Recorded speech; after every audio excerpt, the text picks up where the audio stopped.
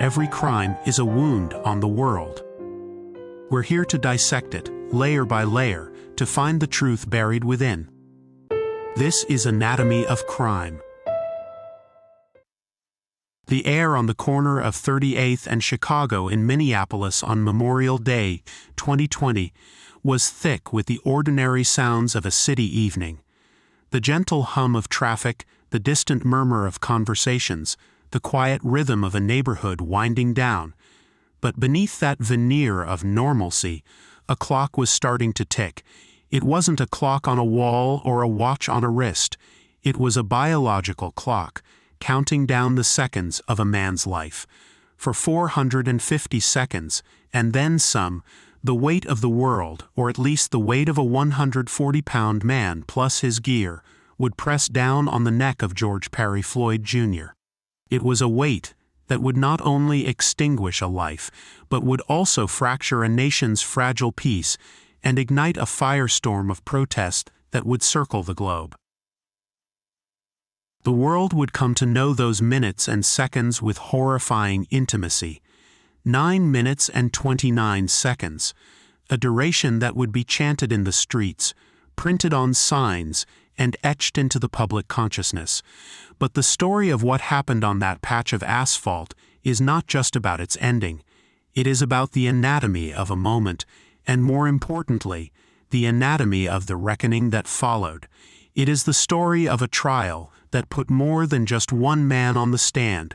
It put a system, a culture, and a code of silence under the harshest of spotlights. Today, we dissect the anatomy of a prosecution, a landmark case where the state, in an unprecedented move, marshaled the institution of policing to convict one of its own, forcing officers, commanders, and trainers to walk to the witness stand and, under oath, condemn the actions of their brother in blue. This is the story of State of Minnesota versus Derek Michael Chauvin and the methodical deconstruction of the blue wall of silence. To understand the trial, you must first understand the man whose death precipitated it. George Floyd was not a symbol or a hashtag until the very last moments of his life. He was a 46-year-old man, a son, a brother, a partner, and a father, born in Fayetteville, North Carolina, and raised in Houston, Texas, in the 3rd Ward, a historically black neighborhood known as the Tray. He was a towering figure, standing at 6 feet, 6 inches, a gentle giant known to his friends and family as Perry. In his youth, he was a gifted athlete, excelling at football and basketball, a star tight end who saw sports as a possible ticket out of the poverty that surrounded him. But like so many, his path was not a straight line. He cycled through a series of jobs after college, from automotive customization to security, and became a well-respected figure in the local hip-hop scene. But his life in Houston was also marked by struggle. He had a history of arrests, mostly for drug possession and theft, culminating in a 2007 conviction for armed robbery that led to a 5-year prison sentence. Upon his release, Floyd sought to remake his life. He became more deeply involved in his church and worked with a Christian ministry that helped bring services to the residents of his old neighborhood. In 2014, seeking a fresh start and better job opportunities, he moved to Minneapolis. There, he found work as a truck driver and a bouncer.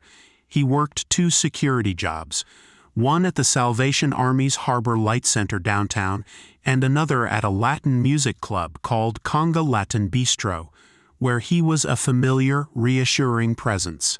But the arrival of the COVID-19 pandemic in 2020 shuttered the bars and restaurants, and like millions of Americans, George Floyd found himself out of work. He contracted the virus himself in early April. By late May, he was trying to get back on his feet, navigating the uncertain landscape of a world in lockdown. Derek Chauvin's path to the corner of 38th and Chicago was one of institutional ascent. Born in a suburb of St. Paul, he was a man who, by all accounts, always wanted to be a police officer. After a stint in the Army Reserve as a military police officer and working as a security guard, he joined the Minneapolis Police Department in 2001. Over nearly 2 decades, he built a career. He earned 2 Medals of Valor. One in 2006 for being part of a group of officers who shot a suspect who had aimed a shotgun at them. Another came in 2008 for an incident where he broke down a door during a domestic violence call and shot a suspect who was reaching for a handgun. But his file also contained another story. Over his 19 years on the force, Chauvin was the subject of at least 18 complaints, only 2 of which were closed with discipline, both in the form of a letter of reprimand. This number was considered unusually high compared to other officers. The details of most of these complaints remained sealed, protected by state law. He was known as a quiet officer, a veteran field training officer, tasked with teaching rookies the ropes of policing on the streets of Minneapolis. One of those rookies was with him on May 25th.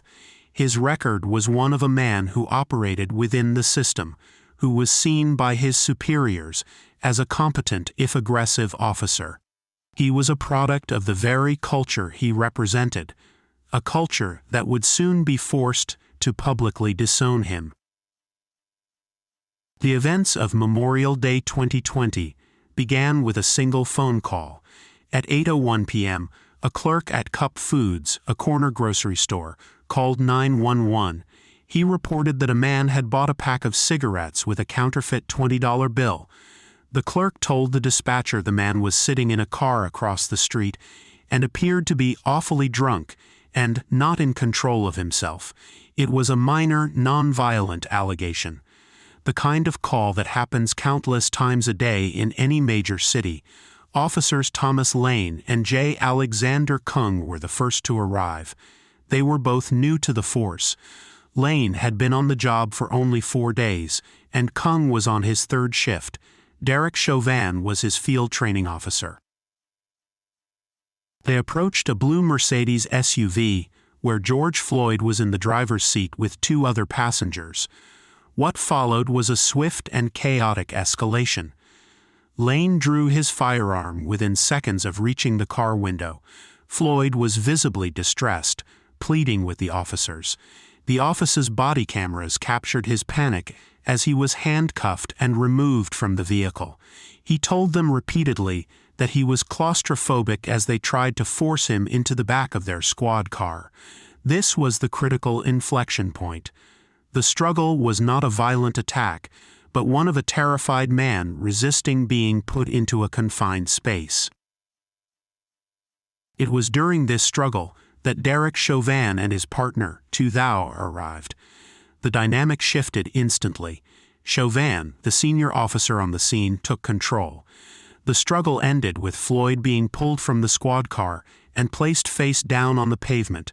Kung knelt on his back, Lane held down his legs, and Chauvin placed his left knee directly on the junction of George Floyd's neck and spine. Tu Thao stood nearby, acting as a barrier between his fellow officers and the small group of citizens who had begun to gather, their cell phones raised and recording.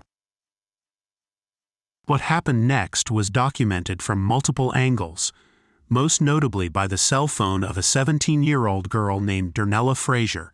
Her video became the central, unimpeachable witness. For 9 minutes and 29 seconds, Derek Chauvin knelt on George Floyd. For the first few minutes, Floyd was conscious, speaking. He said he couldn't breathe at least 27 times. He called out for his mother. He cried, "I'm about to die." The bystanders grew more and more agitated, their voices rising from concerned pleas to desperate, angry shouts. They told the officers he wasn't responsive. They pointed out that he was bleeding from his nose. They begged them to check his pulse. Genevieve Hansen, an off-duty Minneapolis firefighter, identified herself and demanded to render medical aid, but she was ordered back by Officer Thao.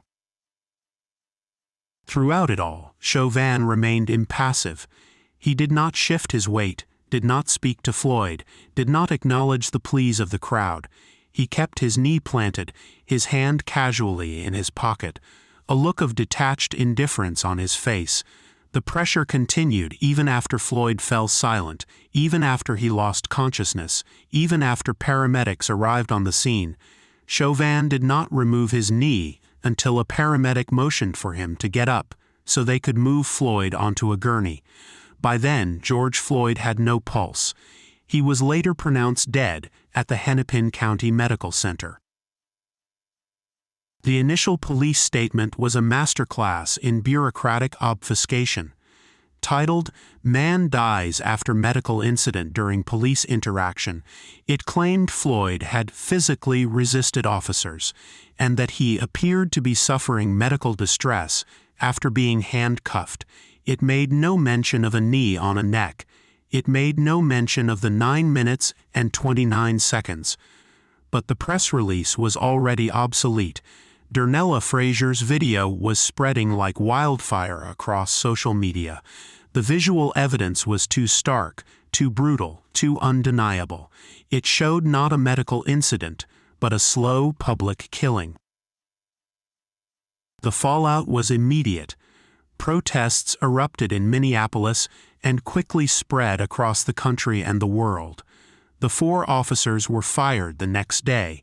The FBI opened a federal civil rights investigation. On May 29th, 4 days after Floyd's death, Hennepin County Attorney Mike Freeman announced charges against Derek Chauvin, third-degree murder and second-degree manslaughter.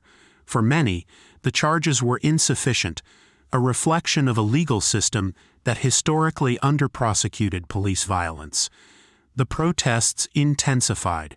Eventually, Minnesota Governor Tim Walz took the extraordinary step of appointing State Attorney General Keith Ellison to lead the prosecution. Ellison's team upgraded the charges against Chauvin to second-degree unintentional murder and added charges of aiding and abetting against the other 3 officers. The stage was now set for one of the most consequential trials in modern American history. The trial of Derek Chauvin began on March 8, 2021, in a heavily fortified Hennepin County Government Center in downtown Minneapolis. The city was a tinderbox, and the courthouse itself was a fortress ringed with concrete barriers, razor wire, and armed National Guard soldiers. The world was watching, and the stakes could not have been higher. Inside, the process of selecting a jury began, a delicate and fraught exercise in a city saturated with information and emotion about the case. The potential jurors were subjected to a rigorous screening process, questioned about their views on the police Black Lives Matter and the protests that had defined the previous summer. The defense, led by attorney Eric Nelson, sought jurors who were more inclined to trust law enforcement. The prosecution, led by a team of attorneys from the Attorney General's office and private law firms working pro bono, looked for jurors who could be open-minded and willing to question authority. After 2 weeks, a panel of 12 jurors and 3 alternates was selected. It was a racially diverse group. 6 were white, 4 were black, and 2 identified as multiracial. Their identities were kept secret for their own safety. On March 29, 2021, the opening statements laid out the 2 diametrically opposed narratives that would compete for the jury's belief. Prosecutor Jerry Blackwell, in a calm and deliberate tone, went first. He told the jury that the case was not about all police officers. It was about Derek Chauvin. He directed their attention to the video. The star witness, he coined the simple, powerful phrase that would become the prosecution's mantra, "Believe your eyes." He played the full video of the 9 minutes and 29 seconds for the jury, an agonizing and visceral opening move. He argued that Chauvin's actions were a shocking abuse of authority, and that his use of force was not policing, but murder. He ended by telling the jury the simple truth: George Floyd died because his heart was too big, before pausing and correcting himself. The reason George Floyd is dead is because Mr. Chauvin's heart was too small. Defense attorney Eric Nelson followed, presenting a far more complex and, in his view, more complete picture. He argued that the 9 minutes and 29 seconds were just one small part of a much larger story. The real story, he claimed, started earlier, with Floyd's drug use and his resistance to arrest. Nelson painted a picture of a chaotic scene, with a large, powerful man actively fighting officers.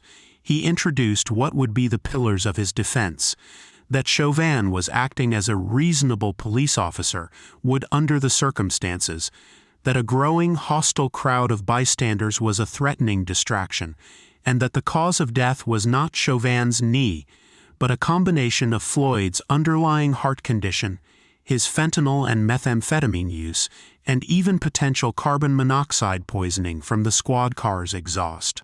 He urged the jury to look beyond the video and consider the totality of the circumstances. The battle lines were drawn. The prosecution began its case by calling the people who were there, the eyewitnesses who formed the so-called hostile crowd that Nelson had described. One by one, they took the stand and relived the trauma of May 25th. They were ordinary people: a high school student, a cashier, an MMA fighter, a firefighter, a 9-year-old girl. Their testimony was raw and emotional. They wept as they described their feelings of helplessness and horror. Darnella Frazier, the teenager who filmed the viral video, spoke of looking at George Floyd and seeing her own black father, brothers, and cousins. She spoke of the nights she stayed up late, apologizing to George Floyd for not doing more, for not physically intervening. Her testimony, and that of the others, served a crucial purpose for the prosecution. It humanized the crowd, transforming them from a threatening mob in the defense's narrative into a collection of concerned human beings who recognized an injustice and tried, with their words, to stop it. They were, in a sense, the jury's surrogates, the conscience of the community. The most powerful of these witnesses was perhaps Genevieve Hansen, the off-duty firefighter. Dressed in her formal uniform, she testified with professional clarity and palpable frustration. She explained her medical training and how she immediately recognized that Floyd was in distress. She described how she tried to intervene, to offer medical assistance, but was rebuffed by Officer Thou. She was, she told the jury, desperate to help, but was prevented from doing so by the very people who were supposed to protect and serve. Her testimony directly contradicted the defense's claim that the officers were too distracted by the crowd to notice Floyd's condition. Hansen was part of that crowd, and her sole focus was on his medical state. But the most radical and potent part of the prosecution's strategy was yet to come. The core of Eric Nelson's defense rested on the reasonable police officer standard, a legal doctrine that judges an officer's use of force not with the benefit of hindsight, but from the perspective of a reasonable officer on the scene at that moment. The prosecution's plan was to dismantle this defense from the inside out. They would call a series of Minneapolis Police Department officers, from the most senior beat cop to the chief himself, to testify against their own. First came Lieutenant Richard Zimmerman, the head of the Homicide Division and the most senior officer in the MPD. With over 3 decades of experience, he was the embodiment of the veteran cop. On the stand, he was unequivocal. He testified that Chauvin's use of the prone restraint, kneeling on Floyd's neck while he was handcuffed and subdued, was totally unnecessary and uncalled for. He stated that he had never, in his entire career, been trained to kneel on the neck of a person in handcuffs. If your knee is on a person's neck, that can kill them, he said plainly. The impact was stunning. A veteran cop, under oath, declaring that a fellow officer's actions were a lethal and unjustifiable use of force. The prosecution continued this systematic dismantling of Chauvin's defense by calling the very people responsible for training him. Inspector Katie Blackwell, the former commander of the MPD Training Division, testified that Chauvin had received extensive annual training on defensive tactics, use of force, and de-escalation.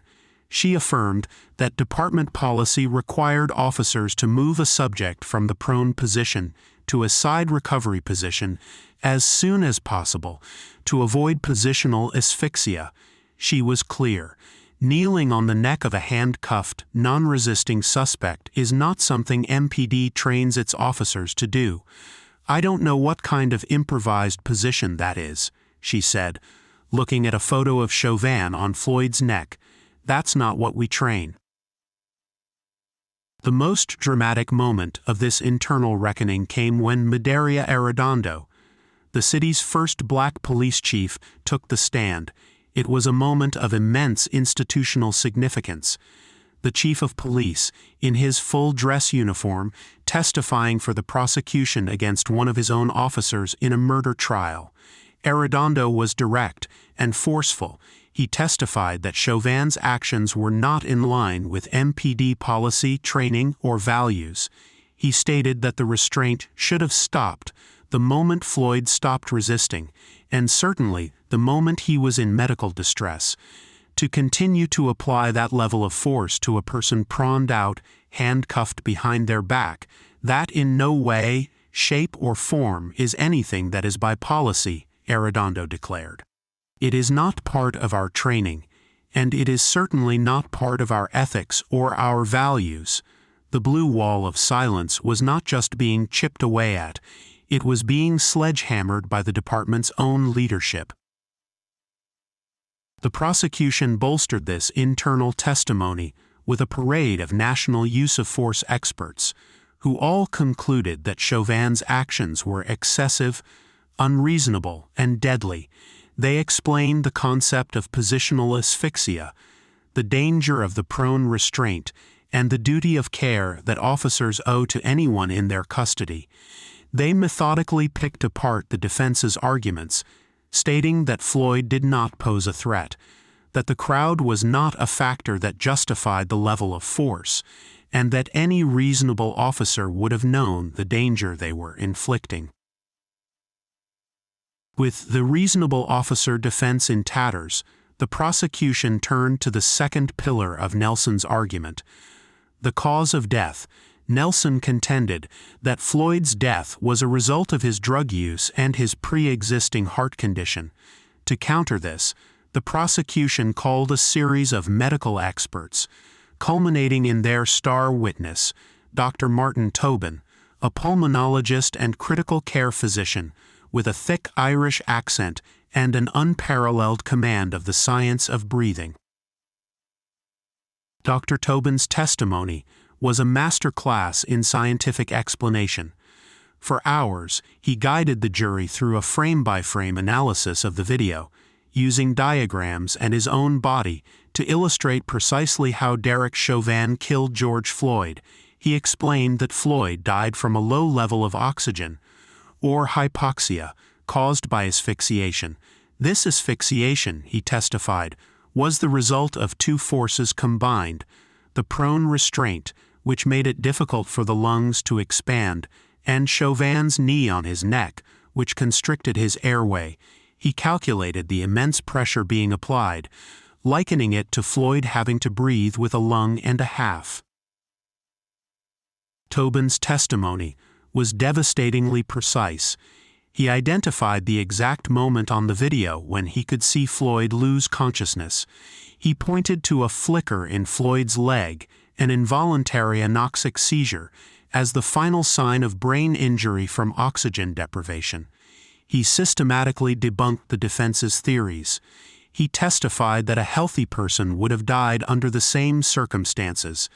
He explained that Floyd's fentanyl levels were not in the fatal range, and that his drug use was not the cause of his death. He used simple, powerful analogies that made complex medical science understandable to the jury. When asked about the defense's claim that if you can speak, you can breathe, Tobin dismissed it as a dangerous fallacy. "Absolutely," he said. "You can speak until the very moment you can't," he concluded with absolute certainty. George Floyd died from positional asphyxia caused by the actions of Derek Chauvin. When the prosecution rested after 11 days, they had presented a comprehensive and methodical case. They had used the testimony of eyewitnesses to establish the human cost, the testimony of police officers to dismantle the reasonable officer defense, and the testimony of medical experts to prove, beyond a reasonable doubt, the precise cause of death. Now it was Eric Nelson's turn. He was in an incredibly difficult position, fighting against the power of the video and the weight of the testimony from Chauvin's own department. His case was significantly shorter and relied on a handful of key witnesses. His use of force expert, Barry Broad, a former police officer, was the centerpiece of his defense. Broad testified that Chauvin's actions were justified and consistent with police training. He argued that the prone position was a safe control technique and that Chauvin was acting as a reasonable officer throughout the encounter. But his testimony began to crumble under a sharp cross-examination by prosecutor Steve Schleicher. Schleicher forced Broad to concede a series of critical points. He got Broad to agree that the prone restraint did carry a risk of positional asphyxia. He played the video and forced Broad to admit that at the point when Floyd was no longer responsive, the continued use of force was no longer proportional to any threat. In a particularly damaging moment, Schleicher asked Broad if a compliant person should be treated with the same level of force as a noncompliant person. Broad agreed they should not. Schleicher then showed him a clip of a motionless Floyd on the ground. Broad's testimony, intended to be the cornerstone of the defense, appeared to have backfired, reinforcing the prosecution's argument that the force was excessive once Floyd became compliant and then unconscious. Nelson's other key witness was Dr. David Fowler, a retired forensic pathologist from Maryland. Dr. Fowler presented a laundry list of potential contributing factors to Floyd's death, what he called a constellation of causes.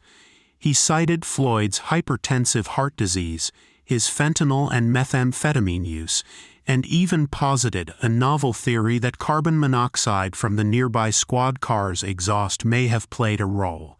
He testified that the manner of death was undetermined, refusing to say it was a homicide. However, under cross-examination by Jerry Blackwell, Dr. Fowler's theories also came under intense scrutiny. Blackwell pressed him on the carbon monoxide theory, forcing Fowler to admit he had seen no data or tests to support it. Blackwell also challenged Fowler's refusal to acknowledge the role of the police restraint, asking him if it was just a coincidence that a man with all these supposed underlying conditions happened to die at the very moment an officer was kneeling on his neck for over 9 minutes. Fowler's testimony seemed to raise more questions than answers, offering a collection of possibilities rather than a single coherent alternative to the prosecution's clear narrative of asphyxiation. Ultimately, Derek Chauvin exercised his Fifth Amendment right and chose not to testify in his own defense. After just 2 days of testimony, the defense rested. The closing arguments were the final act of the courtroom drama. Eric Nelson spoke for nearly 3 hours, returning to his theme of the totality of the circumstances. He meticulously went through the events of the day, arguing that the jury must look at the incident from Chauvin's perspective. He emphasized Floyd's size, his drug use, and his initial resistance. He portrayed the bystanders not as concerned citizens, but as a growing, threatening crowd that distracted the officers. He argued that the state had failed to prove its case beyond a reasonable doubt, and that Chauvin's actions were those of a reasonable officer doing a dangerous job under immense pressure. Then came the prosecution's final word, delivered by Steve Schleicher. He spoke with a quiet intensity, his voice filled with emotion. He began by reminding the jury of George Floyd's identity beyond the courtroom evidence, of George Perry Floyd Jr., a man who was loved. Schleicher then dismantled the defense's arguments one by one. He dismissed the cause-of-death theories as nonsense, arguing the case was simple. "Believe your eyes," he repeated. "It was what you saw. It was what you felt in your gut. It was what you now know in your heart." He methodically walked the jury through the elements of each charge. And he returned again and again to the time. 9 minutes and 29 seconds. He described what Chauvin was doing during that time. Not rendering aid, not following his training, but grinding his knee into Floyd's neck, shoving his knuckle into his clavicle. This wasn't policing, Schleicher concluded, his voice rising. This was murder. On the afternoon of April 19, 2021, the case went to the jury. The city of Minneapolis, and indeed the world, held its breath. After about 10 hours of deliberation, spread over 2 days, the jury announced it had reached a verdict. On April 20th, at just after 4 p.m. Central Time, Judge Peter Cahill read the jury's findings. On the charge of second-degree unintentional murder, guilty. On the charge of third-degree murder, guilty. On the charge of second-degree manslaughter, guilty. Derek Chauvin, his face hidden behind a surgical mask, showed little emotion as his bail was revoked and he was led out of the courtroom in handcuffs. 2 months later, on June 25, 2021, Judge Cahill sentenced Derek Chauvin to 22.5 years in prison, a sentence significantly longer than the presumptive guideline for a first-time offender. In his ruling, the judge cited several aggravating factors that justified the upward departure, including that Chauvin abused his position of authority, treated George Floyd with particular cruelty, and committed the crime in the presence of children. Chauvin would later also plead guilty to federal charges of violating Floyd's civil rights, adding to his prison time. The other 3 officers would be tried and convicted on both state and federal charges for their roles in Floyd's death. The conviction of Derek Chauvin was a landmark moment, a rare instance of a white police officer being held criminally accountable for the death of a black man. The anatomy of this case was not found in a complex forensic puzzle or a hidden psychological profile. Its unique anatomy was in the legal strategy itself. The prosecution did not simply put Derek Chauvin on trial. They put his badge on trial, and they used the very institution that granted him his authority as their primary witness against him. They meticulously constructed a case that co-opted the language, the policies, and the leadership of the Minneapolis Police Department to argue that Chauvin was not an officer following his training, but a man who betrayed it. They turned the blue wall of silence into a witness box, compelling officers to describe the proper use of force, thereby isolating Chauvin's actions as an indefensible aberration. It was a strategy born of necessity in a system where police are rarely convicted, but it provided a powerful and replicable blueprint for accountability. The verdict was celebrated as a step toward justice, but it did not resolve the deeper questions that George Floyd's death laid bare. It was a moment of accountability for one officer in one case, made possible by an undeniable video and an unprecedented prosecutorial approach. But whether it signaled a true shift in the foundations of American policing and justice, or was merely the dramatic exception to a deeply entrenched rule, remains the unanswered question. The case of Derek Chauvin provided a verdict, but the trial of a nation's conscience is far from over. This has been Anatomy of Crime, where the truth is never simple, but always worth seeking.